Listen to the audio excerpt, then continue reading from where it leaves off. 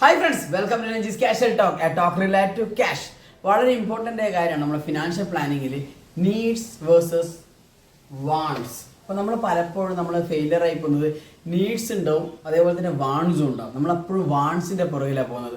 ഇന്നത്തെ ആവശ്യം, ഇപ്പോൾ നമ്മൾ ഇന്ന് വർക്ക് ചെയ്യുന്നതാണെങ്കിൽ ഇന്നത്തെ ഇൻകം ഉണ്ടാവും, വരുമാനം ഉണ്ടാവും, അതിൽ നമ്മൾ നീഡ്സിന് വേണ്ടി ചെയ്യുന്നുണ്ടാവും. അപ്പോൾ നീഡ്സ് വളരെ ഇമ്പോർട്ടൻ്റ്, പ്രസൻറ്റ് നീഡ്സ് വളരെ ഇമ്പോർട്ടൻ്റ് ആണ്. പക്ഷെ പ്രസൻറ്റ് നീഡ്സ് കഴിഞ്ഞ ഉടനെ നമ്മൾ പിന്നെ നേരെ സ്ട്രെയിറ്റ് അവേ പോകുന്നത് എവിടത്തേക്കാണെന്ന് വെച്ചാൽ വാണ്ട്സിലേക്കാണ് പോകുന്നത്.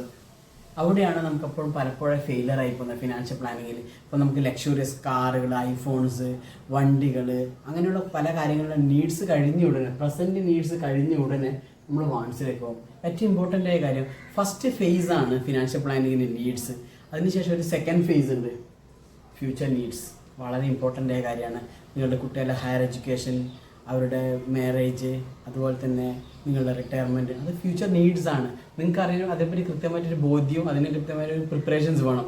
നിങ്ങൾ പ്രസൻറ്റ് നീഡ്സ് കഴിഞ്ഞ് ഫ്യൂച്ചർ നീഡ്സിലേക്കുള്ള പ്രിപ്പറേഷന് കഴിഞ്ഞ ശേഷം വേണം ഒബ്വിയസ്ലി വാണ്ട്സിലേക്ക് പോകാൻ. ഇറ്റ്സ് വെരി ഇമ്പോർട്ടൻ്റ് ആയ കാര്യമാണ്. അപ്പോൾ നിങ്ങൾക്ക് ഏറ്റവും മനസ്സിലാക്കേണ്ടതാണ് difference between needs and the wants. അപ്പോൾ അടുത്ത ദിവസം മുതൽ നമ്മൾ കൃത്യമായിട്ട് നിങ്ങളുടെ ഇൻഷുറൻസ്, ഇൻവെസ്റ്റ്മെൻറ്റ്, അങ്ങനെ കുറേ പ്രൊഡക്ട്സ് ഉണ്ടാവും. ആ പ്രൊഡക്ട്സിൻ്റെ ഡീറ്റെയിലിംഗ് ആണ് തരിക.